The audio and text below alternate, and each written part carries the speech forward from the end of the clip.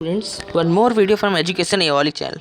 तो स्टूडेंट्स, आज हम पढ़ने वाले हैं 11th standard unit and measurement. क्या पढ़ने वाले हैं? Unit and measurement 11th standard के मास्टर बोर्ड फिजिक्स के चैप्टर सब्जेक्ट में।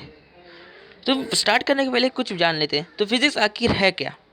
तो फिजिक्स एक ब्रांच ऑफ साइंस है, यानी कि साइंस का एक ब्रांच है जहाँ पे हम स्टडी ऑफ मेजरमेंट को डील करते हैं और थेरीज में किस टाइप के, जैसे कि बॉयलर्स लॉ, बहुत टाइप के लॉ से आप लोग आगे पढ़ोगे। तो मेजरमेंट इस चैप्टर में पढ़ना है, क्योंकि ये चैप्टर का नाम ही है यूनिट एंड मेजरमेंट। तो यूनिट का मतलब क्या है? तो मान लो कि आप गए दुकानदार के पास, ये आप हो और आप दुकानदार के पास गए, आप गए तो वहाँ पे गए तो आपने बोला कि मुझे आलू दीजिए, पोटैटो दीजिए। तो दुकानदार पूछेगा आपसे, शॉपकीपर पूछेगा कि आपको कितना चाहिए, तो आप बोलोगे 1 kg। तो kg क्या है? एक यूनिट है। तो एक थ्योरी में इसको किस तरह से बोलेंगे? तो it is arbitrary standard use to measure various types of physical quantity, यानी कि एक ऐसा स्टैंडर्ड है जो वेरियस टाइप्स के फिजिकल क्वांटिटीज को मेजर करने के लिए यूज होता है। तो यूनिट सिस्टम के बारे में पहले जान लेते हैं कि कौन कौन से टाइप के यूनिट सिस्टम होते हैं। तो पहले के समय में कई जगह पर अलग अलग टाइप के यूनिट सिस्टम यूज होते थे, जैसे कि CGS होता था, उसके बाद MKS होता था, FPS होता था। ये 3 टाइप के यूज़ होते थे यूनिट्स। तो इससे प्रॉब्लम हो रहे थे बहुत सारी जगह पर, जैसे कि एक कंट्री पे CGS यूज़ हो रहा है, तो दूसरी कंट्री पे MKS हो रहा है, तीसरे कंट्री पे FPS। तो वो कंट्री वाला इस जगह पे जाता था तो वहाँ पे बोलता था कि आपका यूनिट रॉन्ग है, और ये यहाँ जाता तो वहाँ आपका यूनिट रॉन्ग है, इस टाइप से बोलता था। तो उसके बाद कुछ समय बाद वहाँ पे इन्वेंट किया गया, वहाँ पे बात किया कि मीटिंग में, इंटरनेशनल कॉन्फ्रेंस में सिस्टम स्टैंडर्ड को प्रूव किया गया, यानी कि जो हर जगह पे इंटरनेशनल स्टैंडर्ड है, जो हर जगह पे एक ही तरह रहेगा, यानी कि वो सेम रहेगा, यानी कि ऑल ऑफ कंट्री में ये यूनिट सेम रहेगा। तो अब ये समझ गए आप लोग। तो अब यहाँ पे फिजिकल क्वांटिटी क्या है? मेजरमेंट है तो फिजिकल क्वांटिटी के बारे में आपको जानना जरूरी है। तो फिजिकल क्वांटिटी 2 टाइप्स के होते हैं, एक फंडामेंटल क्वांटिटी और एक दूसरा डिराइव क्वांटिटी। तो सबसे पहले हम पढ़ेंगे फंडामेंटल क्वांटिटी क्या है। तो चलिए बताता हूँ आपको फंडामेंटल क्वांटिटी क्या है। तो यहाँ पर देखिए, फंडामेंटल क्वांटिटी, द फिजिकल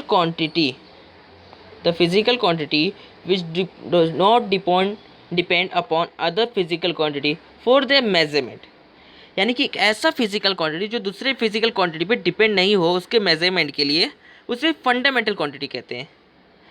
जैसे कि मीटर किस पे डिपेंड है? किसी पे नहीं। वो आप 1 किलोमीटर दौड़े उतना ही, 500 मीटर दौड़े मीटर, उसमें कोई किसी डिपेंड नहीं है कि वो किसी और फॉर्मूला के उसमें रहता है, मीटर के फॉर्मूला में, जैसे कि फोर्स अपन एरिया, ऐसा कुछ नहीं है। तो उसे हम कहते हैं, ऐसे क्वांटिटी को फंडामेंटल क्वांटिटी। तो फंडामेंटल यूनिट्स कौन कौन से हैं, तो उस बारे में देखते हैं। तो ये जो यूनिट्स हैं, उस यूनिट्स को क्या कहते हैं? The unit which use to measure the fundamental quantity is known as fundamental units. और ये नोट्स आपको व्हाट्सएप ग्रुप में मिल जाएगा, लिंक डिस्क्रिप्शन में, वहाँ से ज्वाइन हो जाइए। तो यहाँ पे देखिए कौन कौन से हैं। तो सबसे पहले है लेंथ को किस में मेजर करते हैं? मीटर, ये आपको पहले ही पता होगा, 7th 8th 9th 10th आप लोग तभी भी पढ़ चुके हैं मीटर। अब मास को किस में करते हैं? किलोग्राम में, ये ऐसा ही यूनिट है, किलोग्राम में। और वही टाइम को सेकेंड में करते हैं। अब इसके आगे टेम्परेचर, केल्विन, ये एक साइंटिस्ट का नाम है केल्विन, उन्होंने प्रूव किया था। और केल्विन में टेम्परेचर को मेज़र करते हैं, जो सिस्टम स्टैंडर्ड है। और भी कई सारे यूनिट है, जैसे कि फ़ारेनहाइट है, बहुत सारे हैं। तो उनमें नहीं, मेन जो सिस्टम स्टैंडर्ड है वो केल्विन, यहाँ पे के से डिनोट किया जाता है, और के में मेज़र किया जाता है, केल्विन में। उसके बाद है इलेक्ट्रिक करंट को एम्पियर में मेज़र करते हैं और डिनोट करते हैं ए से। उसके बाद है ल्यूमिनस इंटेंसिटी, ये लाइट ये सब के लिए यूज होता है, जिसको हम बोलते हैं, जिसकी यूनिट को कैंडेला और CD से डिनोट करते हैं।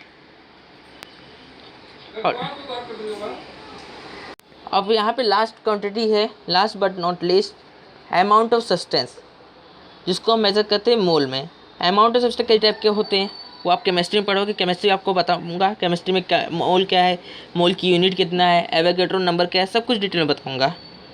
तो ये आपकी फंडामेंटल क्वांटिटीज़ हैं, फंडामेंटल यूनिट्स उसके, ये सभी फंडामेंटल यूनिट्स जो किसी दूसरे यूनिट पर डिपेंड नहीं होते। और इसी का अपोजिट है डिराइव क्वांटिटी। डिराइव क्वांटिटी के बारे में बताता हूँ आपको। चलिए आगे बढ़ते हैं। Derive unit and derive quantity. तो चलो, the physical quantity which depend on another unit, यानी कि एक ऐसा फिजिकल क्वांटिटी जो दूसरे यूनिट पर डिपेंड होता है, जैसे कि velocity. Velocity displacement upon time, तो डिस्प्लेसमेंट का यूनिट क्या है, मीटर और सेकंड, यानी कि इन दोनों क्वांटिटी पे ये डिपेंड है। ऐसे यूनिट, ऐसे क्वांटिटी और यूनिट को डिराइव क्वांटिटी यूनिट कहते हैं। जैसे कि फोर्स, फोर्स किस पे डिपेंड है, मास और एक्सेलरेशन पे, मास और एक्सेलरेशन पे डिपेंड है। एक्सेलरेशन क्या है, मीटर पर सेकेंड, और मास क्या है, केजी। इन तीनों पे डिपेंड है कि नहीं, इन्हें हम कहते हैं डिराइव यूनिट एंड क्वांटिटी।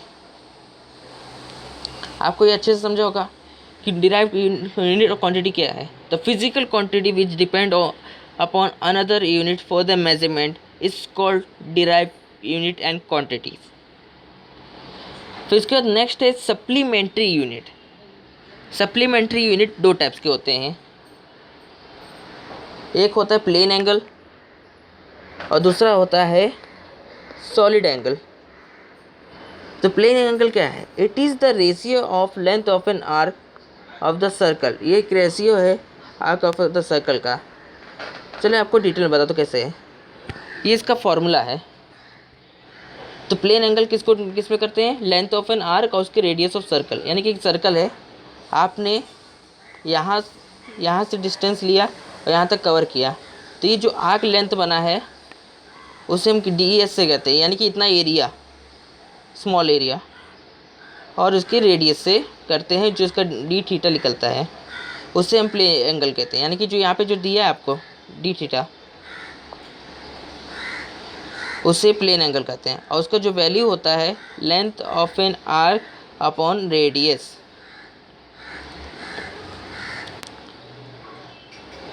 तो आपको ये समझा, और उसको हम, इसका जो यूनिट होता है वो रेडियन होता है। उसके बाद है last solid angle. Solid angle आपको इजीली बहुत समझेगा, बहुत इजी है। यहाँ देखिए सॉलिड एंगल क्या है।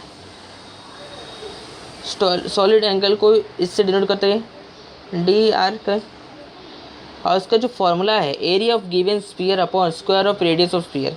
यानी कि मान लीजिए एक स्फीयर है, स्फीयर में से एक पाई काट लिया, पाई एक तरह से ना केक की तरह काट लिए, उसमें से एक छोटा सा पीस निकाल लिया आपने अर्थ के क्रस्ट से, एक छोटा सा पीस निकाल लिए, जैसे कि यहाँ पे देखिए एक छोटा सा पीस निकाल लिए केक का जैसे होता है। तो उस पीस में जो ऊपर का जो एरिया है उसको मेज़र करके उसका जो रेडियस है उससे स्क्वायर करना होता है। यानी कि जो ऊपर का एरिया आपका यहाँ पर देखिए यहाँ पर, और उसका रेडियस यहाँ पर, तो ये जो डी आर जैसा है, ये जिसे हम सॉलिड एंगल डिनोट करते हैं, उसका जो वैल्यू होता है area upon square of radius और स्फीयर। जो स्फीयर है उसका रेडियस का स्क्वायर होना चाहिए, उससे हम सॉलिड एंगल को डिनोट करते हैं। तो इसको जो मेज़र करते हैं हम लोग वो स्टेरेडियन में करते हैं, और ये 3 डायमेंशनल होता है, यानी कि 3 डायमेंशनल, यानी कि 3D वर्जन में होता है। चलिए आज का सेशन आपका यहाँ पे ख़त्म होता है।